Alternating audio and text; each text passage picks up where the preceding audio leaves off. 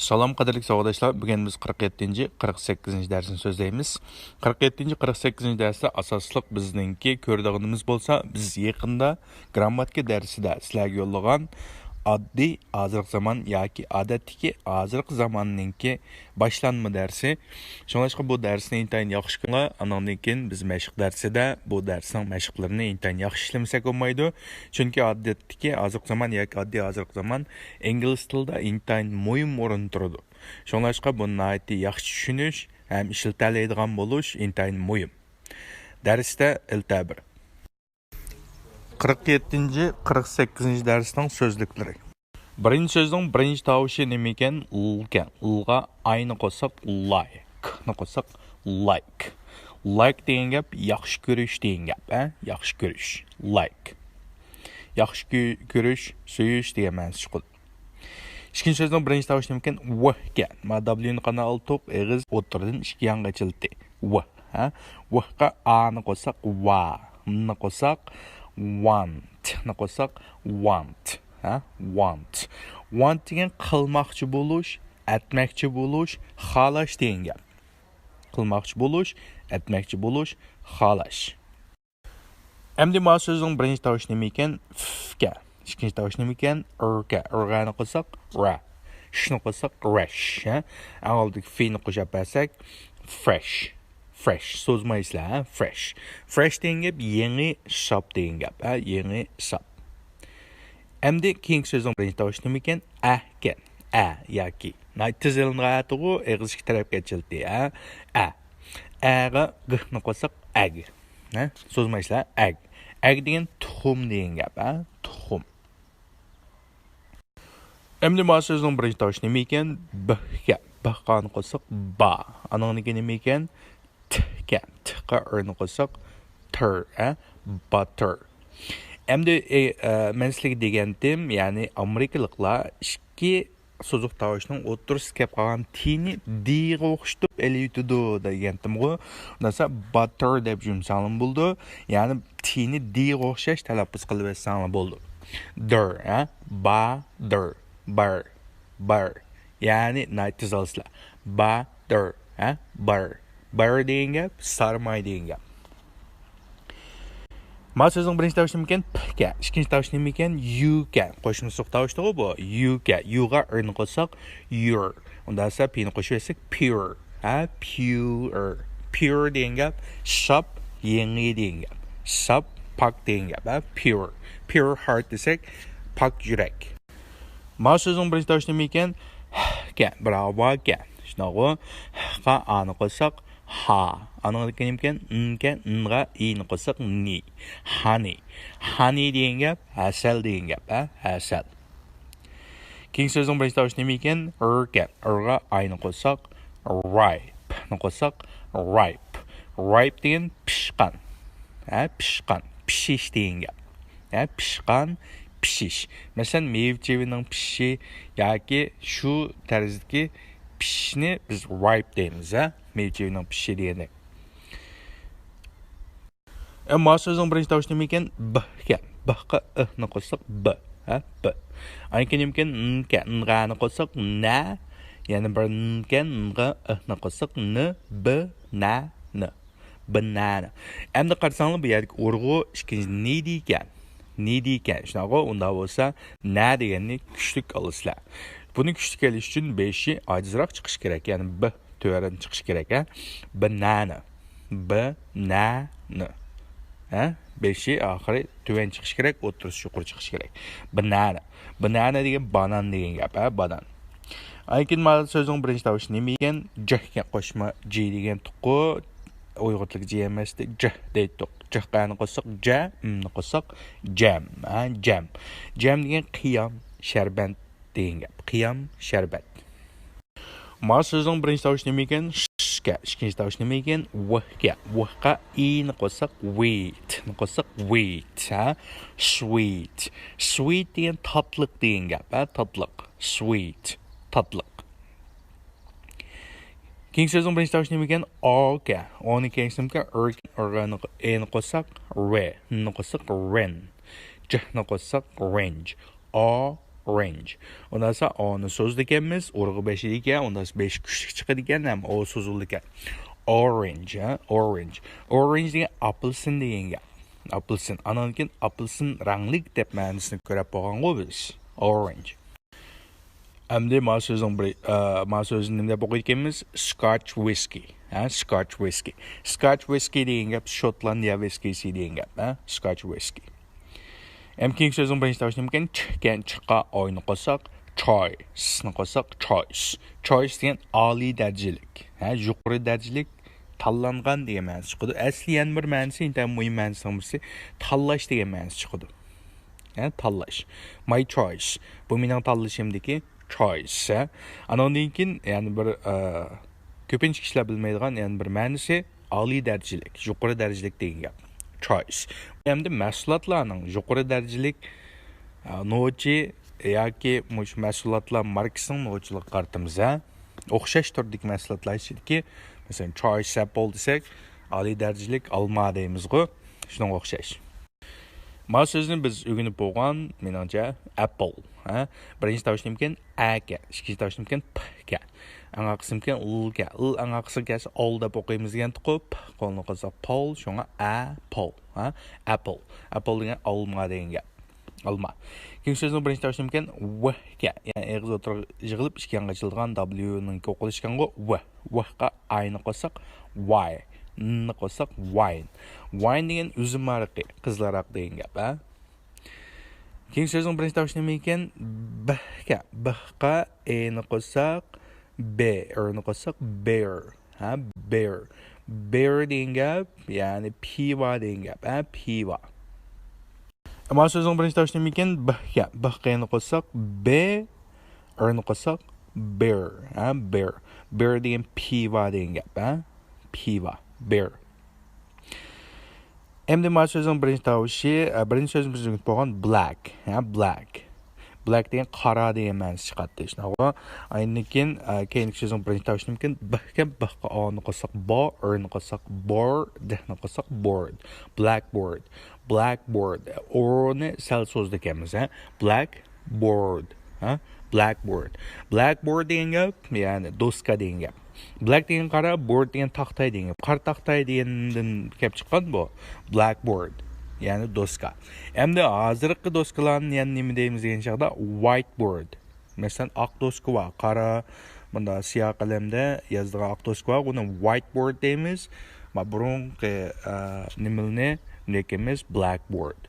Endi butun so'zning o'qilishi like, yaxshi ko'rish, want, makchi, xohlash, fresh, yىڭى, sap, egg, tuxum, butter, sarmay, pure, sap, pak, honey, asal, ripe, pishqan, banana, banan, jam, qiyam, sharbat, sweet, tatliq, orange, apelsin ranglik, Scotch whiskey, Shotlandiya whiskeysi, choice, oliy darajalik, apple, olma, wine, uzum araqi, qizlaraq, beer, piva, blackboard, doska, like, want, fresh, egg, butter, pure, honey, ripe, banana, jam, sweet, orange, Scotch whiskey, choice, apple, wine, beer, blackboard. Endi 47-ci dərsinin tekstini qısqacha bir ko'rib boqaylik. Do you like coffee? Do you like coffee? And siz kofeni yaxshi ko'ramsiz deydi, Do you like coffee? Endi biz grammatika darsida men ayrim yo'llagandim. Ya'ni odatdagi hozirgi zamonlarga, hozirgi zamonlar haqiqiy harakat bildirgan fe'llarga kelgan chog'da buni savolga aylantirishda oldiga do yoki uchinchi shaxs birlik bo'lib qolib qolsa, does'ni qo'shimiz degandim. Shunaqo. Undan bu yerdagi do you like coffee deganim bo'lgan, ya'ni siz qahvani yaxshi ko'ramsiz degan. Мәселе дегендек, bu zaman nimini bildirdi? Yani adette davamlılık bolup turdigan holatni yoki harakatni bildirdi. Shunlashqa buning odatda deb qo'shib olsak, xatolaşmaydiq. Do you like coffee degan nim desak bo'lsa, odatda qahvani yaxshi ko'ramsiz deb tarjima qilsanglar xatolaşmaysizlar. Do you like coffee and yani en qahvani yaxshi ko'ramsiz. Yes I do. Hem diqqat qilinglar, savol do bilan so'raldi, javobmi do bilan berildi. Do bilan berildi. Buni bu grammatika darsida yani so'zlaymiz. Do you want a cup? Do you want a cup? Yani demekçi bu yerda asli do you want a cup of coffee degan gap, Do you want a cup of coffee degan gap, yani bir stakan qahva ichib qo'yamsiz, yani bir stakan ichib qo'yamsiz. Yani bir stakan xohlamsiz degan gap. Endi uyg'ur tilida neymiz? Bir stakan qilayman sizga, yani bir stakan qahva qilayman, yani shuni o'ylamsiz, yani bir stakan ichkingiz bormi deb tarjima qilamiz-ku. Yes please, Kristen. Yes please. Ha ma'qul Kristen deydi. Ha ma'qul Kristen deydi. Endi bu yerga javob bergan chog'da yes please bilan javob beribdi. Yes I do please degan gap asli, lekin bek yaqin bo'lib ketgan sharoitda yoki ba'zi vaqtda udilisiga masalan ma'qul rahmat shunday qiling degan ma'ni kelgan chog'da mush bo'yicha udilisiga deb aytsanglar bo'ladi. Yani yes please, Kristen ma'qul Kristen deydi. Do you want any sugar? Do you want any sugar? Yani siz har qanday azroq sugar nima shakar deymiz-ku. Azroq shakarni xohlamsiz deydi. Demakchi bu uyg'ur tilida neymiz? Azroq shakar solaymi deymiz. Garchi bu jumlaning ichida selish, yani shakarni qahva qo'shish degan gap bo'lmasmi, lekin uyg'ur tilida deb olamiz buni. Azroq shakar solaymi deymiz. Ingliz tilida azroq shakarni xohlamsiz deb aldikamiz. Uyg'ur tilida o'xshamagan gaplarni ifodalaymiz. Want-ni ingliz tilida want bilan ifodalab ketaverdi. Masalan, I want an apple. Olmaygim bor. I want you. Men sana erishgim bor. Shunaqa. I want a house. Mening bir uy setavog'im bor. I want toilet. I want to go to toilet. Meniki o'birniga bog'im bor degan. Demakchi want ingliz tilida nurg'un yaliga xalash deb ishlatilib ketaverdi. Uyg'ur tilida endi buni o'xshamagan so'zlarni ifodalaymiz, buning ma'nosi chiqqan chog'da. Yes please deydi, ma'qul deydi. Do you want any milk? Yani süt, azroq süt xohlamsiz, yani azroq süt qo'shaymi degan gap. Hem diqqat qilinglar, any'ni nimga ishlatdik? Savolga ishlatdik. Grammatika nuqtasi biz yani so'zlaymiz. No, thank you deydi. Rahmat. Yo'q, rahmat deydi. I don't like milk in my coffee. I don't like milk in my coffee. Yani men yaxshi ko'rmayman milkni, nimani sütni in my coffee. Nima mening qahvarimda süt bo'lishini yaxshi ko'rmayman. Uyg'ur tilida neymiz? Qahvaga süt qo'shishni yaxshi ko'rmayman. Ham bu yerga qarasanglar, bu yerdan bir narsani es qilsanglar bo'ldi. O'xshamagan tillarda ba'zi narsalarni ifodalagan chog'da ba'zi narsalar o'xshab ketmaydi, lekin ma'nosi o'xshash. Masalan, bu yerda meningki qahvarimga süt qo'shmang yoki men qahvarimga süt qo'shishni xohlamayman deb ekanmiz. I don't like milk in my coffee. Men qahvarimda süt bo'lishini xohlamayman degan gap. Qahvarimga süt qo'shishni xohlamayman. Yani demakchi qahvaga süt chammayman demakchi. I like black coffee. Men nimaniga yaxshi ko'raman deydi? Qora qahvani. Bu yerda black coffee degan gap, yani süt chammagan qahvani ko'rsatadi, süt qo'shilmagan qahvani. Do you like biscuits? Do you like biscuits? Yani pecheni praniklarni yaxshi ko'ramsiz odatda deydi. Yes I do. Yani o'xshash javob beribdi-ku, yaxshi ko'raman. Do you want one? Do you want one? Asli do you want one biscuit degan gap. Yani bir tal pecheni yeb qo'yamsiz degan gap, lekin bu yerda oldida pecheni amroqmi deb so'rab bo'lgan keyin, yana bichtal pecheni yeb qo'yamsiz deb pecheni elishdan ojiz qolmabdi. Shunlashqa bevositlam do you want one? Do you want one? Yani bir tal yeb qo'yamsiz Yes, please. Ma'qul deydi. Bütün tekst shu ekan. Bu tekstda asosan bizning o'rganganimiz, ya'ni bizningki oddiy hozir zamonning kirish eg'izi, ya'ni kirishiga bo'lapmi buning ichidagi like bilan want ningki farqini bekroq o'rgandik ekanmiz. Endi grammatikalik nuqtalik qarab boqaylik. Birinchi grammatikalik nuqta. Do you like coffee and deydi. Do you like coffee and? Endi coffee'ni yaxshi ko'ramsiz and deydi. Yes, I do. Yes, I do. Yes, I do degan gap, men yaxshi ko'raman. Endi do you like coffee and degan nima gap qoldi? Masalan, bizning odatga hozir zamonda qanday ishlatdik? Igi kilti, pil kilti. Shunaqa haqiqiy harakat bildiradigan pil kilti, ananki to'ldirg'ich kilti. To'ldirg'uchi deganni biz deb kelyapmiz. Kimni, nimani, kimga, nimaga, kimdan, nimadan degan javob bo'lib keldi. Shunaqa you, siz, like, yaxshi ko'rsiz, coffee, qahvani. Shunaqa. Ya'ni demakchi biz grammatika darsida so'zlab bo'ldik. Bu zamonninki jumla qurilmasi, jumla tartibi ega xabar to'ldiruvchi, anandan keyin o'rin aqsda vaqt chiqadi. Boshqa bo'laklar keyin o'rgandik. Yani başka böleklerini qanaqıltık, başka böleklerini muşu çoğun ramkının içinde, yani muşu çoğun kaydının içindeki aşılının aralıklarına kirdi ya. Siz hazır bilip aldığınızla ege haber toldurguçu. Orun, vaqt, muşu tertip boyunca cümle değildiken de sanı buldu. Bunun egisini mi you, siz. Haberini mi like, yaxshi ko'rish. Siz yaxshi ko'rsiz, coffee, qahvani. Siz odatda qahvani yaxshi ko'rsiz. Men dedim, odatda deb qo'shib olsanglar bo'ldi dedim-ku. Siz odatda qahvani yaxshi ko'rsiz. Endi bu oddiy hozirgi zamonda. Undan so'ng oddiy hozirgi zamonni savolga aylantirishda biz qanaqa qildik? Oldiga do yoki does'ni qo'shdik. Qo'shimcha shaxs birlik bo'lib qolsa does'ni qo'shdik. Bo'lmasa hammasiga do'ni qo'shish orqali qanaqa qildik? Savol yasaydik. Qanday holatda, ya'ni jumlada haqiqiy harakatni bildiradigan like, want, ask, run, walk degan o'xshash mush narsalar chiqib qolsa, biz qanaqa qildik? Oldiga do'ni qo'sh. Bu oddiy hozirgi zamonninki bo'lishlik shaklini bo'lishsiz shakliga yoki savol shakliga aylantirdik.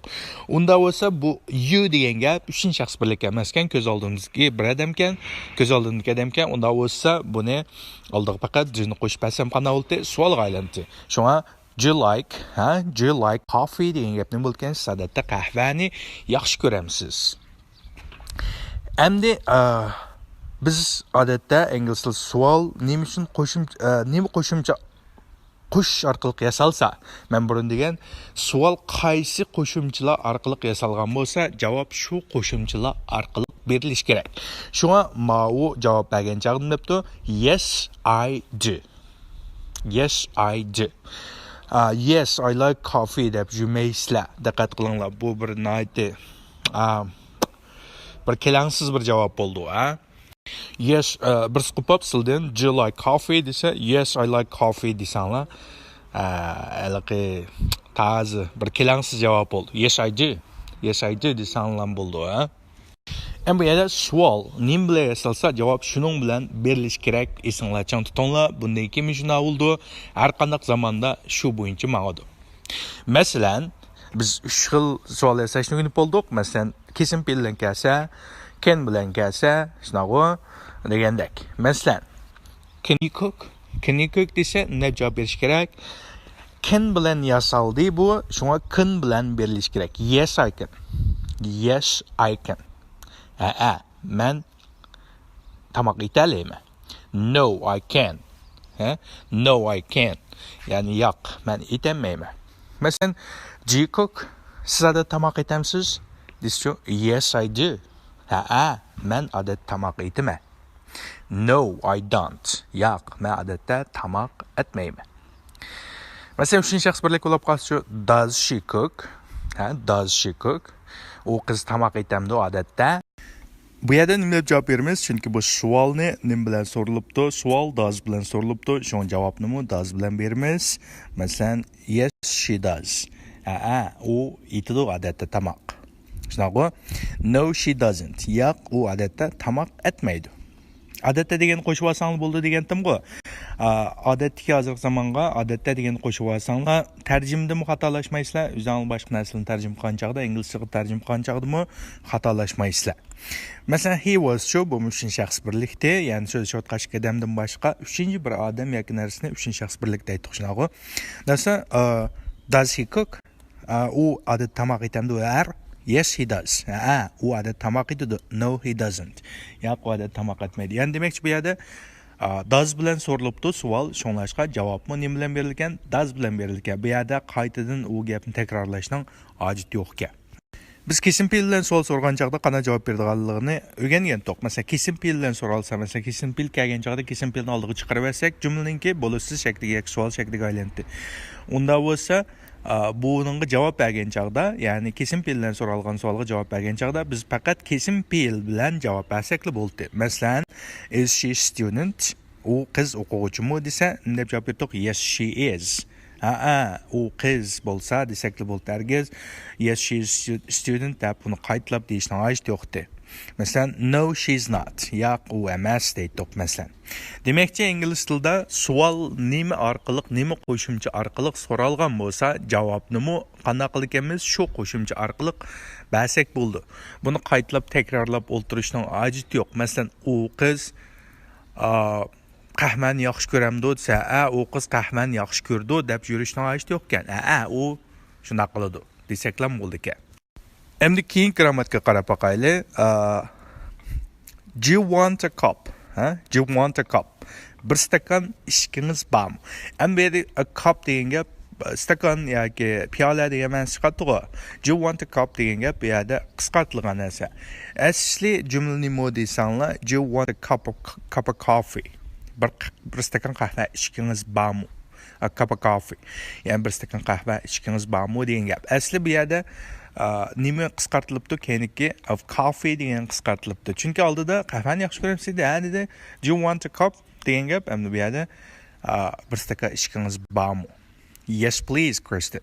Ma'qul Kristen dedi. Do you want any sugar? Endi bu qarsak do you want any sugar? Ya'ni buningga xohlamsiz do you want. Shunaqa xohlamsiz azroq nimani shakarni. Endi uyg'ur tilida buni azroq shakarni xohlamsiz deb tarjima qila olmaydi. Biz nima deymiz bunga? Azroq shakar solaymi degan gap. Endi garchi bu shakar selish degan gap bo'lmasa uyg'ur tiliga tarjima qilgan chaqda qanday tarjima qilamiz? Do you want any sugar degan gap azroq shakar solaymi? Chunki ayolga qanaqa qilyotidi? Ya'ni qahva damlab beryotidi. Shuning bu sharoitda do you want any sugar degan gap nima bo'lar ekan? Ya'ni azroq shakar solaymi? Yes please dedi. Ma'qul, rahmat dedi, Asli bu yerdagi do you want a cup degan gap nima bilan tanglashgan? Do you want a cup of coffee? Ya'ni bir stakan qahva lozimmi degan bilan tanglashgan. Do you want a cup of coffee? Endi bir stakan qahva deganni qaranglar, inglizda qanaqa qilsang, a cup of coffee deydi. Cup of coffee. A cup of coffee. Ya'ni ingliz tilida a cup of coffee. Ya'ni bir stakan qahva degan gap. Shunga bu yerda any nimga ishlatdik, savol jumlaga ishlatdik, buning cho'masli yo'q ekan. Endi keyin grammatika. Do you want any milk? Do you want any milk? Ya'ni sut qo'shaymi? Azroq sut qo'shqingiz bormi yoki azroq sutni xohlamsiz degan gapni udilsiq tarjima qilsanglar, tub-tuz tarjima qilsanglar bo'ldi ekan. Do you want any milk? Ya'ni siz azroq sutni xohlamsiz. Ham bu yerda qahva damlayotgan sharoit bo'lg'achqa, do you want any milk degan bu gapni uyg'ur tiliga tarjima qilgancha deb tarjima qilganmiz, azroq sut qo'shaymi? No, thank you. Yo'q, rahmat. I don't like milk in my coffee. I don't like. Biz inkor jumlasini degan chaqda o'rgangan. Inkor jumlasi qanday bo'ladi? I don't like. I don't like. Men yaxshi ko'rmayman degan gap. Milk. Nimani yaxshi ko'rmayman deydi? Sutni yaxshi ko'rmayman. In my coffee. Keyingi gap borga. Ya'ni qahvarimda sutni yaxshi ko'rmayman. Bu xil sharoitda buni tarjima qilgan chaqda qahvarimni sutni yaxshi ko'rmayman deb tarjima qilsak bo'lmaydi. Uyg'ur tilida emas, qahvaga sut qo'shishni yaxshi ko'rmayman. Shunaqa, I like black coffee. I like black coffee. Ya'ni men nimani yaxshi ko'raman deydi? Qora qahvani. Qora qahva degan sut qo'shilmagan qahva. Qahvaning asli rangi endi qormi, jigarrangmi bilmayman, lekin black coffee degan gap, ya'ni boshqa narsa qo'shilmagan qahvani ko'rsatadi. Asli kelish manbasi do you want any milk degan nimdan kelibdi. You want some milk. Qaranglar, diqqat qilinglar. Some bilan anyni men sizlarga tushuntirgan. Some'ni qanday ishlatdik? Ya'ni bo'lishliq jumlaga. Anyni nega ishlatdik? Savol jumla va inkor jumlaga ishlatdik. Masalan, I don't like any fruits. Masalan, men yaxshi ko'rmayman har qandaq. Bu yerda nima inkor jumla bo'lgan chaqda anyning har qandaq degan ma'nosi chiqadi. Shunaqa I don't like any fruits degan nima bo'ldi ekan? Ya'ni men har qandaq mevani yaxshi ko'rmayman. Shunaqa, ya'ni bu inkor jumla. Shunaqa I don't like any fruits. Har qandaq degan ma'nosi chiqadi. Masalan, you want some milk degan nima bo'ldi ekan? Sizga azroq sut qo'shaymi degan gap bo'ldi ekan. Ya'ni some'ni bo'lishliq jumlaga, anyni inkor jumla va savol jumlaga ishlatdik. Shunga bu yerda you want some milk bu bo'lishliq jumla, shunga some'ni ishlatish kerak. Endi buni savolga aylantirgan chog'da-chi. Savolga aylantirgan chog'da anyni ishlatish kerak. Some bilan anyning ma'nosi o'xshashdi. Azroq degan ma'nosi chiqadi. Undan so'ng do you want any milk? Ya'ni azroq sut qo'shqingiz bormi? Ya'ni demakchi azroq sut qo'shaymi degan ma'nosi chiqadi va some bilan anyning farqini biz so'zlab bo'lgan, esingizdan chiqqan bo'lsa, yana bir ko'rib olsanglar bo'ldi. Endi keyingi grammatika. Do you like biscuits? Do you like biscuits? Pechin pranikni yaxshi ko'ramsiz. Endi pechin pranikni yaxshi ko'ramsiz odatda degan gap. Yes I do. Yes I do. Yoki yes I do. I do. Desam bilan, yaxshi ko'raman. Javobim shu birinchi berilibdi-ku, oldida buni so'zlab bo'ldik. Do you want one? Do you want one degan gap? Do you want one biscuit degan gap? Yeah, do you want one biscuit? Oldida pechin prankni yaxshi ko'ramiz degan ekan. Do you want one degan gap? Bir tal yeb qo'yamsiz. Endi Uyg'ur tilida bir talni xohlamsiz deb tarjima qilsak Uyg'urcha chiqmaydi bu gap. Shunaqa, do you want one degan gap? Bu yerda nima degan gap bo'ldi Uyg'ur tilidagi? Ya'ni bir tal yeb qo'yamsiz. Bir tal yeb qo'yamsiz degan gap. Keyin grammatika. Ammo keyingisini biz grammatika demasak bo'ldi, lekin bu bir ingliz tilining qoidasi. Ya'ni ingliz tilida masalan do you deganning inglizlar biraqlam do deb o'qiydi. Masalan do you like deb jumaydi. Do you like? Jo. Jo. Ya'ni bu yerdagi qo'shma jivatiga jiqqa uni qo'shib jo deb laydi-da. Do you like? Do you like apple? Sizlarga odatda degandek do you like apple deb jumaydi. Do you like apple? Jo degan nim bilan tangdashgan, do you bilan tangdash. Shunlashqa do you, do I deymiz, lekin ikkinchi shaxs kelgan chog'da do you. Jo desanlar bo'ldi. Jo, do you like? Masalan, do you like America? Masalan, do you like America? Masalan, Amerikani yaxshi ko'ramsiz. Do you like Canada? Masalan, Kanadani yaxshi ko'ramsiz degan o'xshash. Bu yerga do you deb jumla sanam bo'ldi. Buni odatda qanday elvasan bo'lgan? Jo, jo deb elvasanlar bo'ladi. Bu ingliz tilidagi ya'ni o'zgarish. Men buningki qanday gap qolganligini men degandim. Masalan, qanday tilda bunda qisqartirilgan gaplar bo'ldi. Makilan degan o'xshash.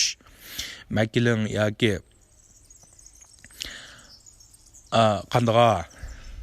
qandaval yoki qandaval deb qo'yamiz-ku.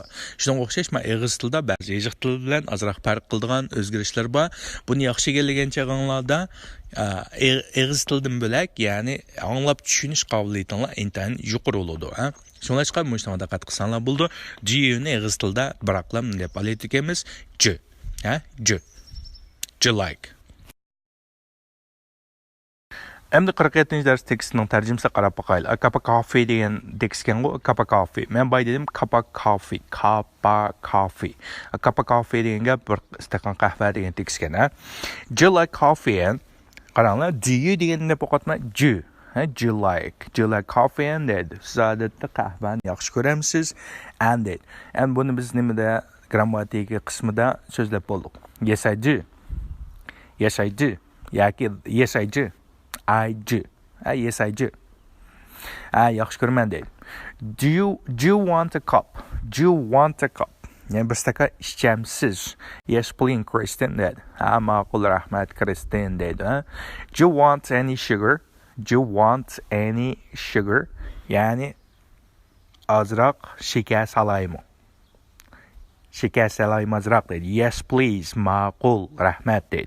Endi yes, please ne men grammatika qismida so'zladim. Asli yes, I do deb javob berish kerak shunaqmi? Yes, I do. Please degan gap. Endi bak yaqin, yani informal holatda, yani berasmiy so'rovlarda yes, please deb lasanlar bo'laverdi. Yes, please. Yani qarshi taraflar yaqin ahvol ostida yoki berasmiy so'rovlarda ishlasanglar bo'ladi. Lekin do you want any milk?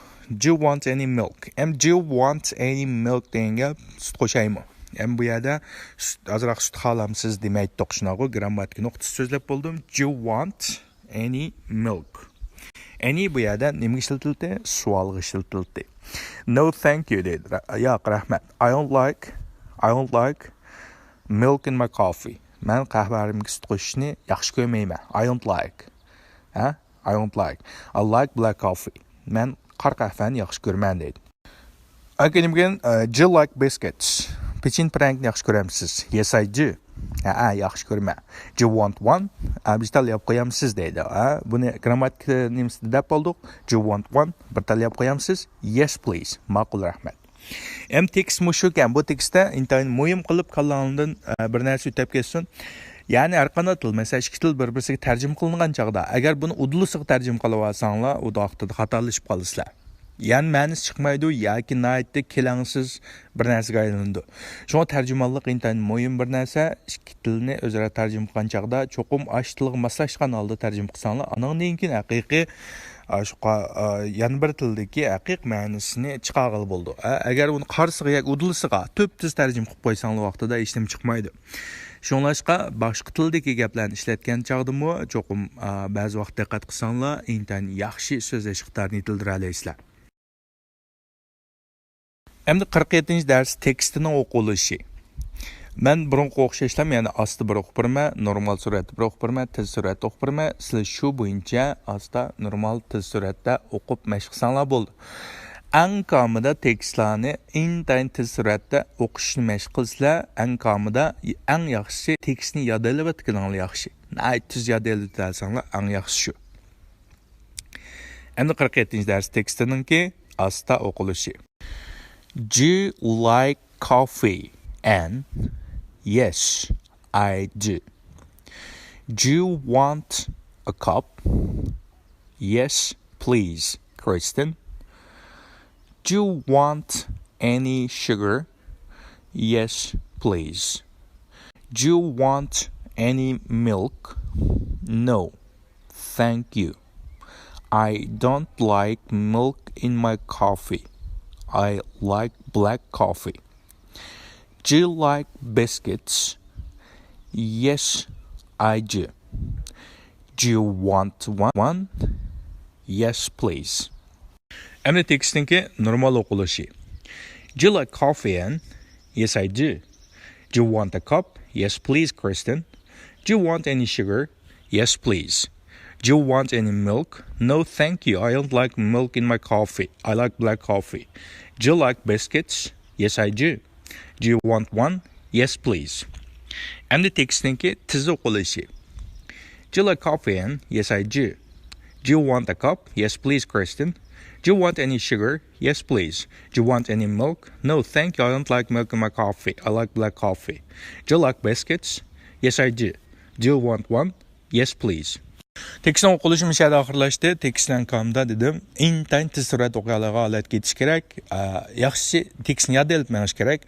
Andan keyin hozirdan boshlab, masalan, shu ig'iz tiliga bekroq kuchsanglar, ya'ni ig'iz ba'zi alayda talaffuz qilgan yerlarga bekroq kuchsanglar, aqsda intayin yaxshi gap qila oladigan, ham boshqalar gap qilgan chog'da intayin yaxshi tushuna oladigan bo'lsizlar. Shunlashqa, bu tekstlarningki topshiriqdan boshqa, normal topshiriqdan boshqa tekstlarning topshirig'i nima ekan? Tekstning topshirig'i eng kamida nayti pishiq holda tez suratda o'qiy oladigan bo'lish, eng yaxshi tekstlarni yodlab etish. Shundan 47-dars tugadi. Endi 48-ci dərsdə ikisinin oquluşu qarab baxaylı. 48-ci dərsdə bizning asosli o'rganganimiz want bilan like-ninki odatda qanday ishlatamiz degan nemiskan. Buni tekstimi jiq ko'rdik. Shunlashqa buni men bir o'qib berma, o'zinglar shu bo'yicha ko'plab mashq qilsanglar bo'ldi. Qolganini biz mashq darsda, ya'ni ko'plab mashq qilamiz. Do you like degan nima bo'ldi? Siz yaxshi ko'ramsiz. Do you want azroq yeyishni xohlamsiz yoki azroq manda qilishni xohlamsiz? Uyg'ur tilida o'qishimganda aytganmiz, ingliz tilida faqat do you want. Shu bo'yicha lam deydigan, Birinchi rasm nima ekan? Fresh eggs. Fresh eggs degan gap, ya'ni nima bo'ldi? Yangi tuxum. Tega baylam kakalangan tuxum deymiz bu misolni. Ham so'rab boqaylik. Ammisni men bir qatimdan so'rab javob berib o'taman. Siz o'sha bo'yicha mashq qilsanglar bo'ldi. Do you like fresh eggs? Yes, I do. Do you want one? No, I don't. Thank you. İkinci rasm butter ekan. Butter degan nimda sarmay. Seriq mayim deb qo'yamiz-ku ba'zi yerda sarmay. Do you like butter? Ya'ni sarmayni yaxshi ko'ramsiz? Butter deb jumla aytinglar. Butter. Do you like butter? Yes, I do. Do you want some? Yes, please. Endi butterni sanag'ilmagankin do you want one deyishga bo'lmaydi diqqat qilinglar. Yani sanıqlı bulduğun nəslərə one işləsəңlər bunu 1 2 3 4 desəңlər buludu. Əgər onda bulmaya qapqa sanıqlı bulmaydığa simla bulub qapqa sanıqlı bulmayğa simni mən burumda bəgəndim. Arlıqqa miqdar söz qoşmay degil olmaydığa nəslini sanıqlı olmayğa simdə etdik. Məsələn 1 sarmay desək bu heç qanday nəslini bildirməydi. Yəni deməkçi yoki 1 kilo sarmay yoki 1 qoşuq sarmay yoki 1 taqs sarmay yoki 1 piyal sarmay desək ananınkin to'g'ri chiqadi. Shunlashqa bu yerda do you want one desanglar vaqtida xato bo'lib qoldi. Do you want some? Azroq. Do you want some? Do you want any? Azroq lazimmi? Uchinchisi nima ekan? Pure honey. Pure honey bo'lgan joyda do you like pure honey? Yes, I do. Do you want any? Yes, please. Ya'ni siz sap asalni yaxshi ko'ramsiz? Yaxshi ko'rma. Azroq yeb qo'yamsiz? Ma'qul deydi u. Anonkin 4-cü resim depti ripe banana. Ripe banana degan nimada, ya'ni pishqan, sop-sariq qo'ygan banan degan gapdi. Undan so'ng do you like ripe banana? Ya'ni pishqan bananni yaxshi ko'ramsiz desa, yes I do. Yaxshi ko'rma. Do you want one? Bir tal yeb qo'yamiz. Chunki bananning sanig'i olti bir banan degili olti ishnago. Undan so'ng do you want one? Ya'ni bir tal yeb qo'yamsiz. Yes I do. Ma'qul desang bo'ldi yoki no I don't. O o'zingizga bog'liq, Yes I do desang bo'ldi. Ma'qul men juda yeb qo'yay yoki no I don't. Thank you. Desang bo'ldi. Endi jam degan sharbat deyishnago. Undan so'ng do you like jam? Yes I do. Do you want any? Azroq yeb qo'yamiz. Chunki buni sanig'i olmaydi. Bir jam, ikki jam degil olmaydi. Shunlashqa do you want any? Yes please. Endi 6-cı resimdə nima ekan? Sweet orange. Sweet orange degan tatlı apelsin. Bəzi tatlılığını yaxşı görür, bəzi açığını yaxşı görür. Undan so'ng do you like sweet orange? Ya'ni siz tatlı apelsinni yaxshi ko'ramsiz deydi. Yes I do. Men yaxshi ko'rma. Do you want one? Chunki bu sanig'ildi. Do you want one? Bir tal yeb qo'yamsiz? No I don't. Mesela yaxshi yeb qo'ymay bo'ldi, rahmat. No I don't. Thank you. Yoki yes please. Yoki yes I do.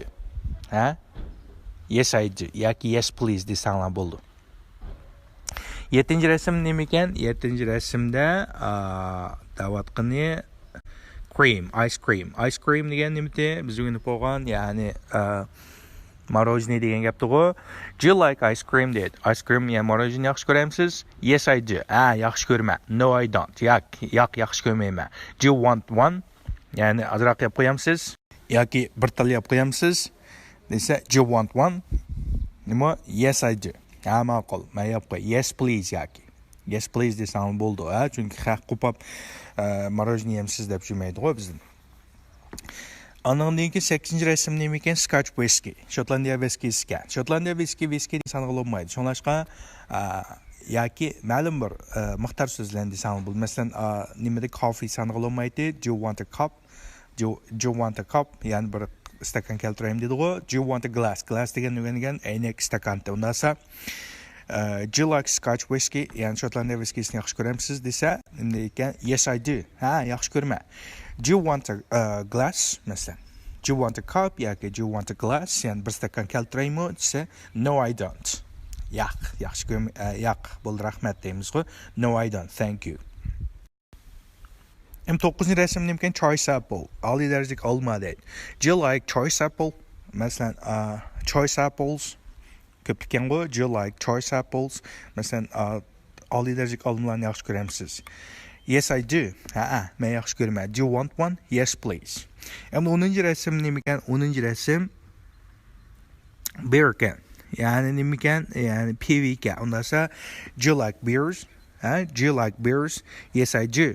Yani men yaxshi ko'raman. Do you want a bowl? Qaranglar. Do you want a glass? Yoki do you want a bowl? Masalan, bir butulka keltiraymi yoki bir rumka keltiraymi? Do you want a cup? Do you want a bowl? Bowl butulkani o'yin bo'lgan. Undan so'ng, yes I do. Ma'qul.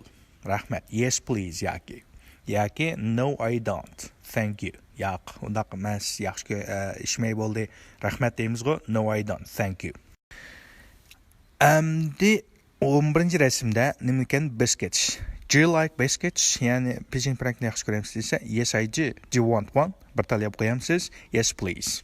Eng oxirgi resimda do you like beer? Do you like beer? Do you like beers yoki beer? Siz odatda nima pivoni yaxshi ko'ramsiz desa, yes I do. Mesela yaxshi ko'raman. Do you want do you want a bowl yoki do you want a glass? Yani bir rumka ichib qo'yamsiz yoki bir stakan ichib qo'yamsiz? Say yes I do. Yes please yoki yes please. Ma'qul, rahmat. No I don't. Thank you. Yo'q, men ishmay. Rahmat deymiz-ku. Shuning bilan bizningki 48 darsninki teksti mushular ekan. Men boshdan oxiriga o'qib turman, shu bo'yicha o'rgansanlar bo'ldi. Do you like fresh eggs? Yes, I do. Do you want one? Yes, please. Do you like butter? Yes, I do. Do you want any? No, thank you. Do you like pure honey? Yes, I do. Do you want any? No, thank you. Do you like ripe bananas? Yes, I do. Do you want one? Yes, please. Do you like jams? Yes, I do. Do you want any? No, thank you. Do you like sweet orange? Yes, I do. Do you want one? Yes, please. Do you like ice cream? Yes, I do. Do you want any? No, thank you. Do you like Scotch whiskey? Yes, I do.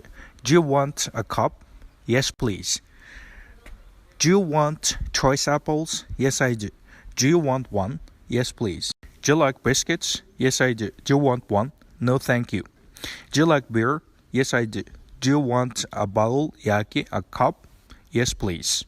Shuning bilan bizning 48 darsning tekstini o'qish mishati tugadi. Tekstni o'qigan chaqda, ya'ni o'zingizlar mashq qilgan chaqda bo'sh bo'yicha mashq qilsanglar bo'ladi. Qadrli savodashlar, shuning bilan bizningki 47-48 darsimiz shada oxirlashdi. 47-48 dars bizning asosiy so'zligimiz bo'lsa, ya'ni oddiy oziq zamon yoki odatga oziq zamonninki bir qism oddiy ishlatilishi bo'libmi, want bilan like kelgan chaqdagi buni ishlatilishi bo'ldi. Shunga bu darsni intayin yaxshi ko'ranglar. Bu oddiy oziq zamonning kirish eg'izi. Shunglashqa men o'tgan grammatika darsini intayin yaxshi bir anglab chiqinglar. Qolganini biz mashq darsida ishlaymiz. Bizning topshiriqlarni vaqtida ishlanglar. Andan keyin tekstlarni bo'lsa intayin o'qiydigan holatga yetinglar. Texim yaxshisi yod qilib yetinglar. Yod qilib yetinglar. Endi bu like bilan want odatdagi turmushda intayin ko'p ishlaydi. Buna javob berish, anandagi masalan restoran kirib qolsanglar, boshqa yerga kirib qolsanglar degandek, hamma bu yaxshi ishlaydi. Shunlashqa bu tekst intayin muhim. Bu sadalab yetinglar, mashq darsida ko'rishaylik. Xayr, omon bo'linglar.